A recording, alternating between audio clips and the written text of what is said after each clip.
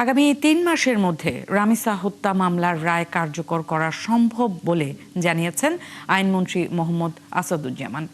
রামিসা হত্যা মামলার রায় দেওয়ার পর তাৎক্ষণিক প্রতিক্রিয়ায় তিনি একথা জানান। শিশু আসিয়া ও রাজন হত্যা মামলার রায়ের মতো রামিসার রায় উচ্চ আদালতে গেলে আটকে যাবে কিনা সাংবাদিকদের এমন প্রশ্নের জবাবে আইনমন্ত্রী বলেন, ন্যায় বিচার নিশ্চিতে সব ধাপ অতিক্রম করতেই হবে।